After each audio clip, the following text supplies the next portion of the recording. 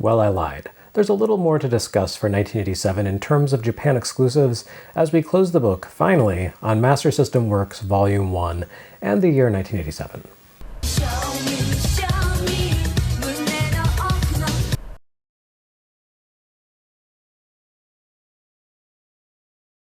First up, I need to touch on two 1985 releases that I somehow overlooked. Well, not somehow. How could anyone in their right minds have possibly known that Grade Baseball for Mark III is different than Grade Baseball for Master System? I ask you. I probably should have realized that something was amiss with my chronology when we didn't see a baseball title for a Japanese console until 2 years after the system's launch, which might actually be illegal. Then again, it did take 2 years for a MAHJONG title to arrive, so all bets were off when it came to Mark III, I guess. I remarked a few episodes back that developer Whiteboard impressively catapulted the Master System's baseball offerings way ahead of the competition with the Grade Baseball we saw here in the US. But it turns out that messianic experience was only possible because we had Mark III's Grade Baseball to do the John the Baptist thing ahead of its arrival. Japan's Grade Baseball shipped just a couple of months after the console itself, and it feels exactly like what you'd expect from a late 1985 console baseball game. It plays like a prettier, slightly more advanced take on Nintendo's baseball from 2 years before. That's not a bad thing. Looking at the Japanese console market at the end of 1985, that still put Grade Baseball at the leading edge of things. Nintendo's baseball was still the only adaptation of the sport available for Famicom at this point. Epoch had the slightly more primitive Super Baseball for Super Cassette Vision, and I suppose there was 3D Baseball for Tomiputa if you really want to dig deep. But why would you, considering how limited that game was? Sega's original Grade Baseball may pale in comparison to Whiteboard's Grade Baseball, but it beat Family Stadium to market, and looked pretty good. It didn't offer any particular surprises or innovations, but as releases about checking obligatory genre boxes for a platform go, you could certainly do worse. Speaking of doing worse, here's the other 85 game that slipped past the nets, a simplistic shooter called Satellite 7. If I were to describe Satellite 7 in the broadest terms possible, I would call it XEVIOUS, but worse. You play as what appears to be a tank that flies around shooting things in the sky, and you also have a fixed-range bomb attack that allows you to strike enemies on the ground. XEVIOUS is always a good time, and as such, XEVIOUS derivatives tend to be pretty enjoyable as well. There's a reason why it was so widely imitated in the early 80s. Unfortunately, Satellite 7 suffers from a few ill-advised design choices that greatly diminish its appeal and leave it stranded in the bottom tier of XEVIOUS knockoffs.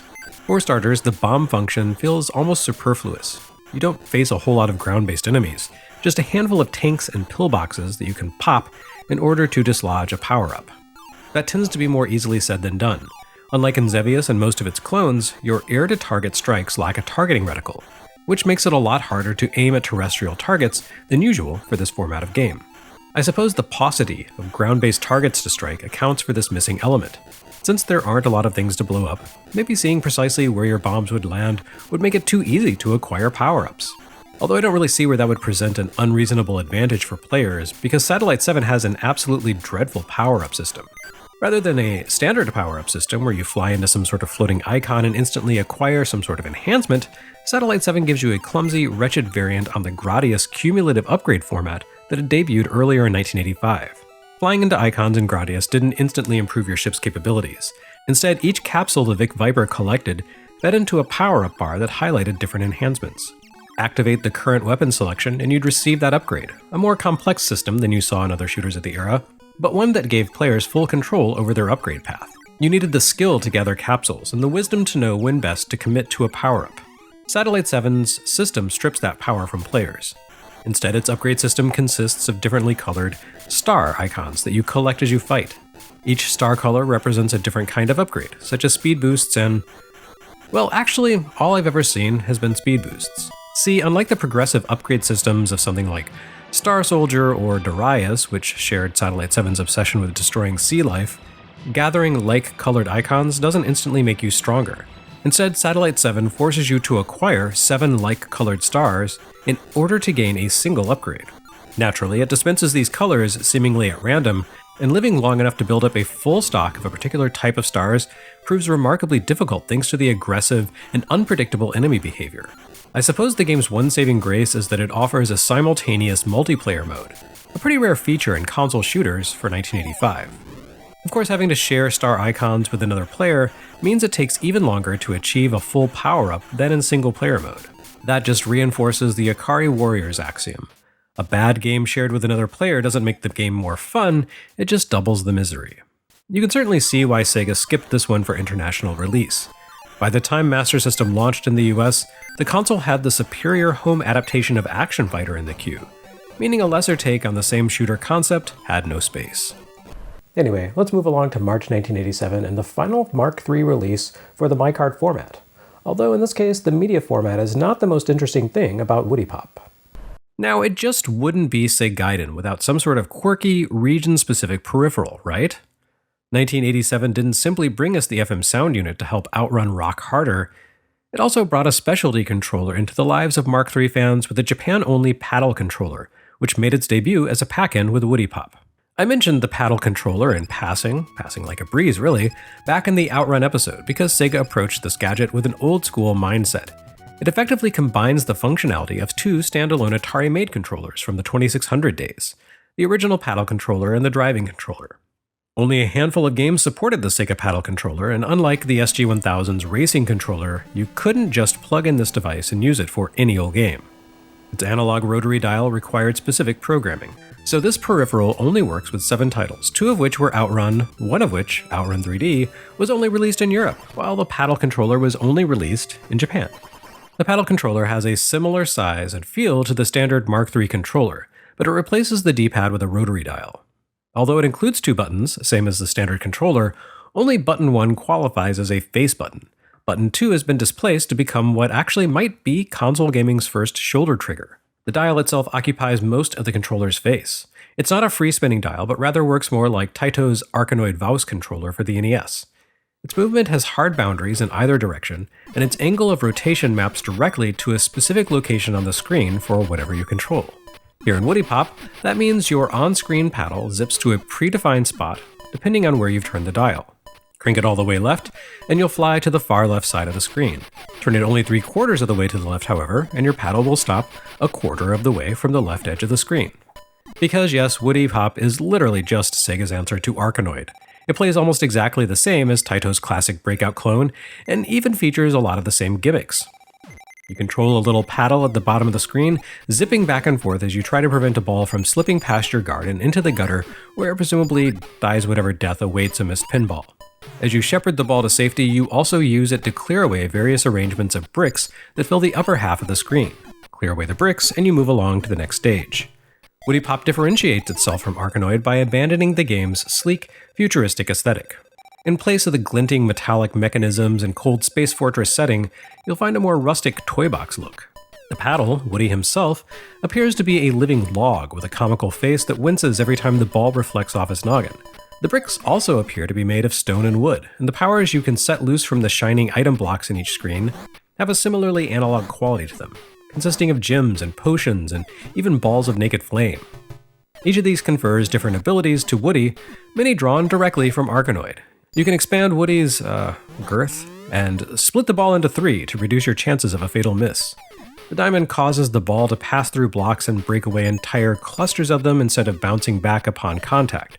And the flame causes the block immediately above the one you hit to burn instantly away as well, which can be a huge help in clearing out bricks that would otherwise take 3 hits to shatter.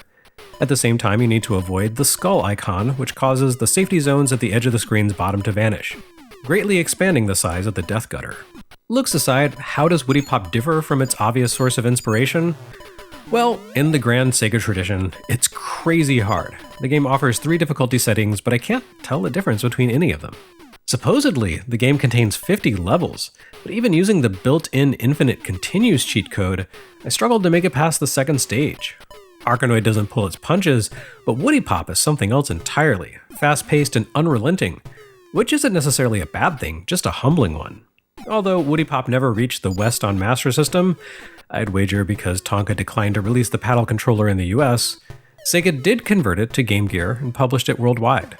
I'm sure that version of the game is far easier, without analog controls on a tiny lag-ridden screen, so clearly that's the version to play.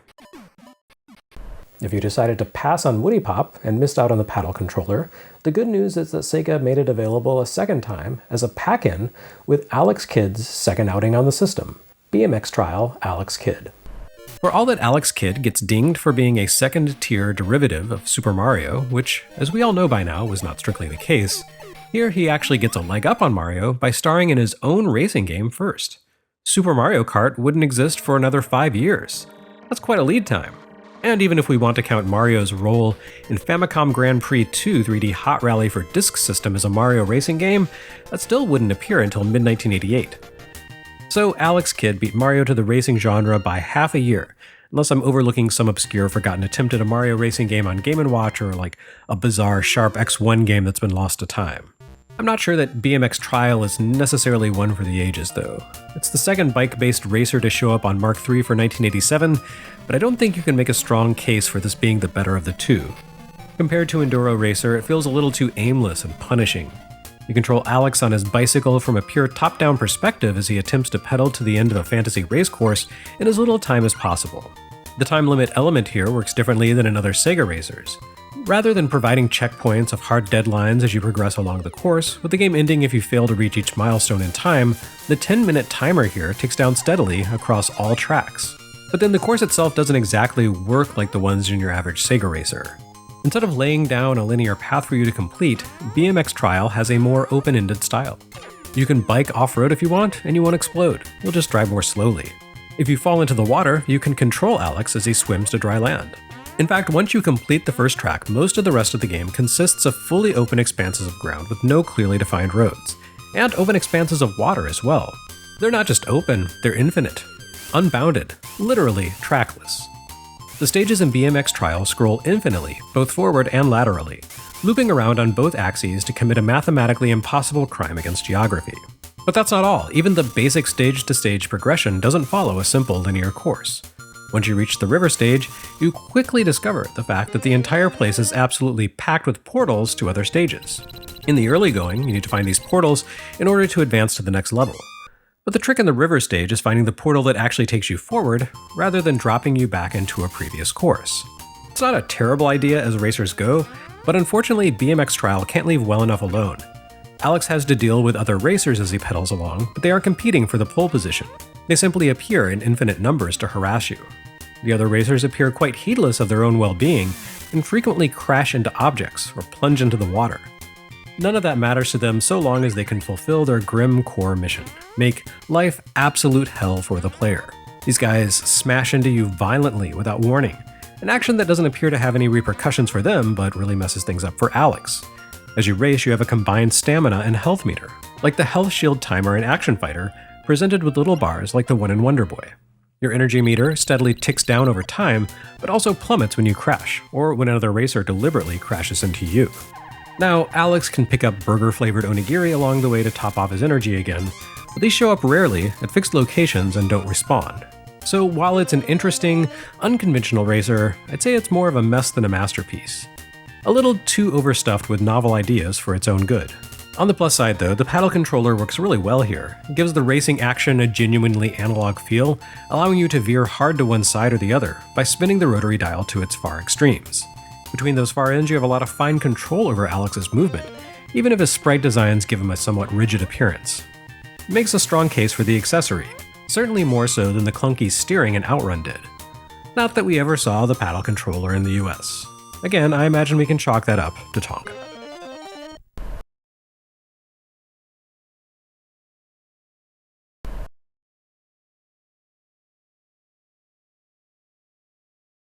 I'm sure we'll see the knock-on effects of Tonka's distribution deal with Sega once Segaiden returns in 1988. But for now, this marks the end of Master System Works Volume 1, and we're going to take a little bit of a breather, and then return to Sega in a few months with 1988.